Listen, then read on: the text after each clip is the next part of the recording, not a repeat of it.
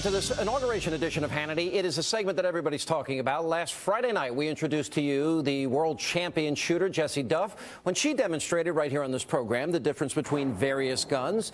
Now, Jessie first shot an AR-15, followed by 3 other firearms. Watch this. The thing I want to show you, the 223, the big, bad, scary rifle, AR-15, this is the impact that the projectile made out of it. As you can see over here, we have the 30-06. It's obviously a lot bigger than the AR-15. The slug is a lot bigger than the 30-06, bigger than the AR-15. And then last are this pattern.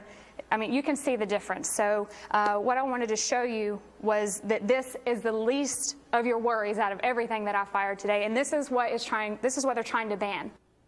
Now, that demonstration quickly became the talk of the blogosphere. Joining me now with reaction, Fox News contributor Leslie Marshall and former Virginia GOP chairwoman Kate Obenshain. Welcome, both of you, on this inauguration night. Thanks so much. Hi. I'm glad I'm not the president. Not that anyone would ever vote for me, but I would not want to have to dance in public like that. And I give the president and first lady. I can't believe you didn't dance at your own wedding. I didn't dance. Wrong. No, I didn't. It's not wrong. I don't like it's to wrong. dance. I can't dance. Sorry. See, it's humiliating. All right, now my wife's going to be rolling her eyes at home. All right, you know, Leslie, look at this. You got the bullets. We'll show it again. The AR-15, 30-06. Then you got a slug, and the slug with pellets. You see the difference in terms of the damage. It is a distinct difference. The bigger holes by the shotgun and the 30-06, they're not banned. But the AR-15, that's the big, bad, evil rifle they want to ban. Does that make sense to you? Well, it does make sense to me for 2 reasons. One, I think actually we should thank Jessie for all the other guns that we liberal Democrats need to put on that list. We thank you for that. Oh, but the okay, reason, so you're going to use it to ban everything. all joking aside, all joking aside, you know, when you look at the aftermath of Newtown, when we look at what happened in Aurora, and just over the weekend in Albuquerque, that was the rifle used. Now, again, it's not just the gun, it's the gun in the wrong hands. Remember, the NRA doesn't want the guns banned, but at the same time, they don't want background checks at gun shows. How do you keep these out of the hands of people who are possibly mentally unfit or violent? There is nothing in these new laws, Kate, that is going to prevent, which we all want, another tragedy. But there's a lot of movement, a lot of hysteria, a lot of anti-gun rhetoric. They would make, and Andrew Cuomo, we're going to be safer. Lives are going to be safe. That is just fundamentally not true.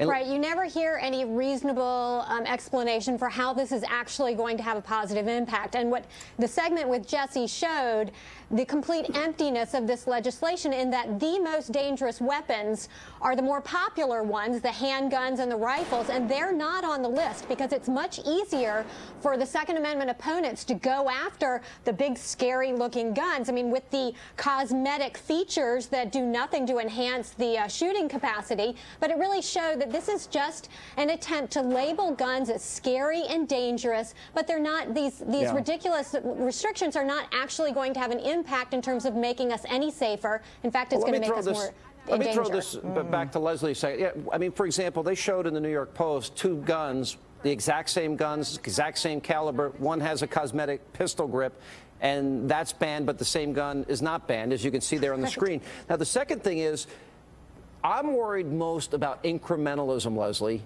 I mean, New York started with a 10-magazine clip. They went down to 7. 7's a magic number because that then renders 95% of handguns to the point where you can't purchase them. So that's handgun control as well. Do you support that? I support keeping with the Constitution. I do not see anywhere in the Constitution that talks about semi-automatic weapons, 7 or 10 clips with a magazine. And this is, once again, what you guys are missing is this is not just about guns. This has got to be a comprehensive, multifaceted approach to a violent problem that we have in our nation. We have people dying not just because of the guns. It's not just about the guns. That's what the NRA wants to highlight, and that's what we're talking about, the guns. But there's a lot more to it, guys. I mean, you know, the parents are the people being responsible gun owners. Leslie, I'll throw this to Kate. In the case of New York now, they are banning law-abiding citizens in a very dangerous city from having the ability to buy a semi-automatic pistol to protect themselves and their family. That's why they did 7 bullets. I assume that's what the federal government eventually will get to.